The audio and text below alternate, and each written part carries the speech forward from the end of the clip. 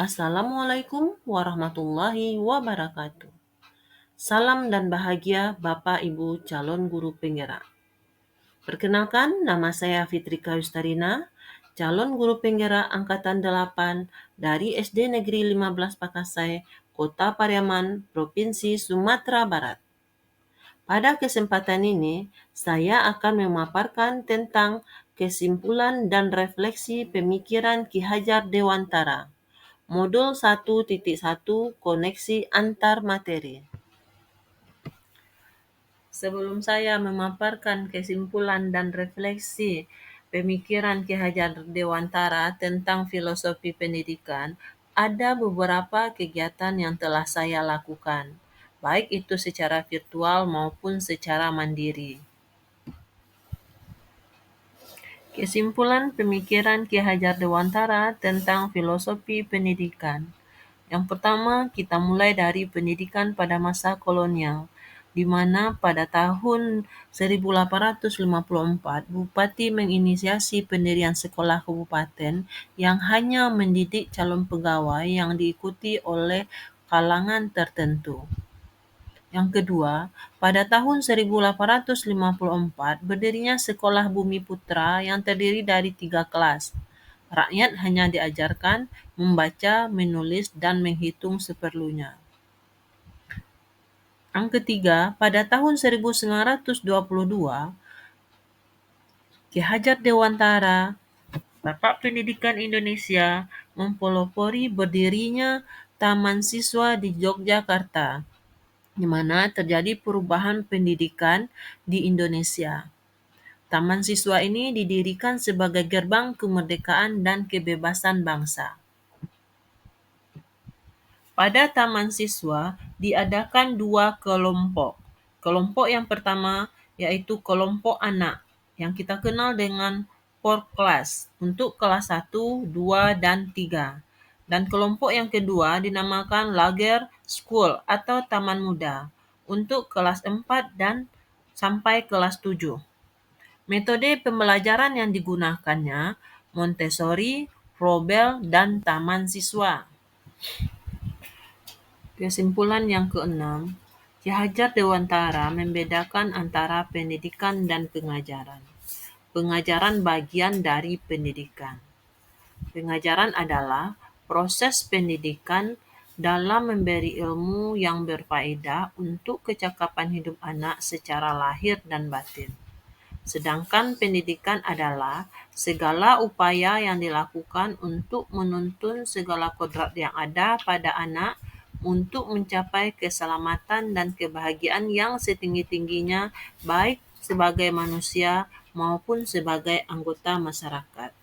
Dapat kita simpulkan bahwa pengajaran merupakan proses pentransferan ilmu kepada peserta didik, sedangkan pendidikan mencangkup seluruh aspek. Pendidikan dan pengajaran merupakan satu kesatuan untuk mewujudkan kemerdekaan diri. Kemerdekaan di sini artinya manusia yang bisa berdiri dengan kekuatan sendiri, mampu memuliakan dirinya dan orang lain, atau merdeka batin, dan menjadi mandiri atau merdeka lahir. Lalu apa peran seorang guru untuk mewujudkan kemerdekaan itu? Diibaratkan oleh Kak Hade bahwa seorang guru itu seperti tukang kebun atau petani. Seandainya kita menanam biji yang kurang baik, apabila dirawat dan diperhatikan oleh Pak Petani, maka biji tersebut akan tumbuh menjadi buah yang baik. Begitu juga dengan peserta didik. Seorang guru harus memberikan tuntunan atau among kepada peserta didik tersebut. Di dalam proses menuntun atau among, anak-anak diberi kebebasan. Sebagai pamong, guru memberi arahan dan tuntunan agar anak tidak kehilangan arah dan membahayakan dirinya. Kak Hade menjelaskan, dalam pendidikan ada 3 azas pendidikan yang harus kita terapkan. Yang pertama, ingarso sung tolodo, artinya di depan menjadi tauladan. Kedua, ing madya mangunkarso artinya di tengah menjadi contoh tauladan bagi peserta didik. Yang ketiga, tuturi handayani di belakang menjadi pendorong. Apabila seorang pendidik melakukan dan melaksanakan azas pendidikan ini di dalam menuntun anak, maka si anak atau peserta didik kelaknya akan selamat dan bahagia sebagai manusia dan sebagai anggota masyarakat. Baiklah, selanjutnya saya akan merefleksi modul 1.1 di mana ada 3 pertanyaan pemantik yang akan saya jawab di sini. Yang pertama, apa yang Anda percaya tentang murid dan pembelajaran di kelas sebelum Anda mempelajari modul 1.1? Yang kedua, apa yang berubah dari pemikiran atau perilaku Anda setelah mempelajari modul 1.1? Yang ketiga, apa yang dapat segera Anda terapkan lebih baik agar kelas Anda mencerminkan pemikiran KHD? Baiklah, saya akan menjawab pertanyaan yang pertama, apa yang Anda percaya tentang murid dan pembelajaran di kelas sebelum Anda mempelajari modul 1.1? Pandangan saya sebelum mempelajari modul 1.1, yang pertama, perubahan kurikulum yang sering berganti membuat merugikan peserta didik. Yang kedua, murid yang datang ke sekolah ibarat kertas kosong yang harus diisi dengan goresan indah.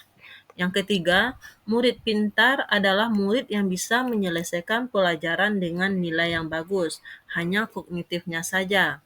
Kemudian, pembelajaran masih bersifat teacher center. Selanjutnya, guru menggunakan pendekatan pembelajaran yang bersifat konvensional.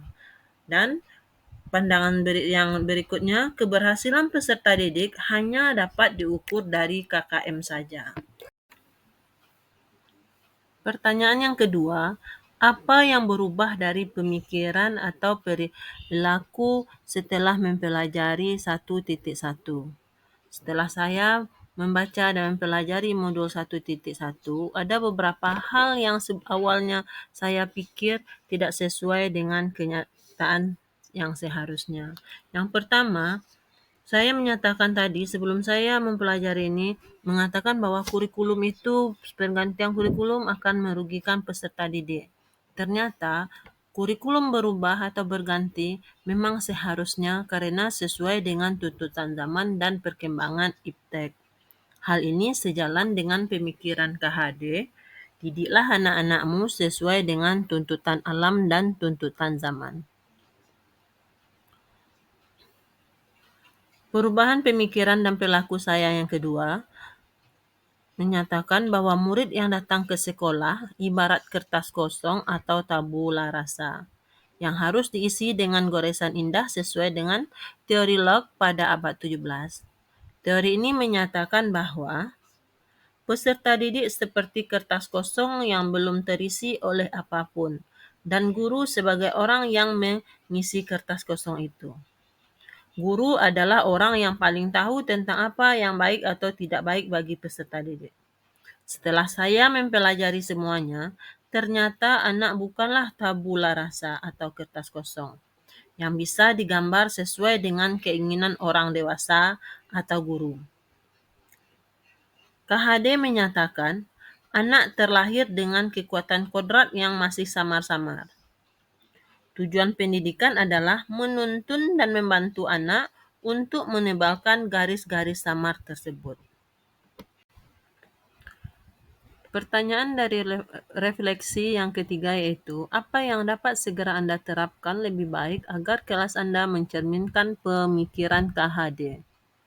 Yang akan segera saya terapkan agar sekolah dan kelas mencerminkan filosofi Ki Hajar Dewantara, saya akan mengumpulkan rekan-rekan kerja di komunitas belajar di sekolah saya, kemudian saya akan memaparkan tentang pemikiran Ki Hajar Dewantara tentang filosofi pendidikan. Yang kedua, saya akan melakukan refleksi bersama rekan kerja agar pembelajaran dalam kelas menerapkan pembelajaran yang berpihak kepada peserta didik dan menyenangkan.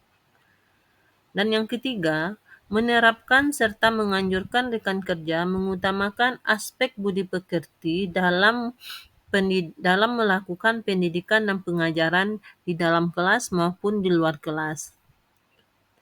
Selanjutnya, menerapkan serta menganjurkan sistem AMONG kepada rekan kerja.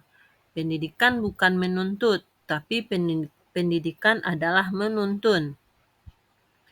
Kemudian, saya akan menerapkan dan menganjurkan kepada rekan kerja bahwa harus melaksanakan pembelajaran sesuai dengan kodrat alam dan kodrat zaman. Kemudian selanjutnya, saya akan menerapkan penutupan optimistik, yaitu pulang dengan bahagia, menganjurkan kepada rekan kerja sebelum pulang membuat ice breaking yang membuat anak pulang ke rumah dalam kondisi yang penuh dengan kebahagiaan. Demikianlah hasil kesimpulan dan refleksi saya dari modul 1.1 koneksi antar materi.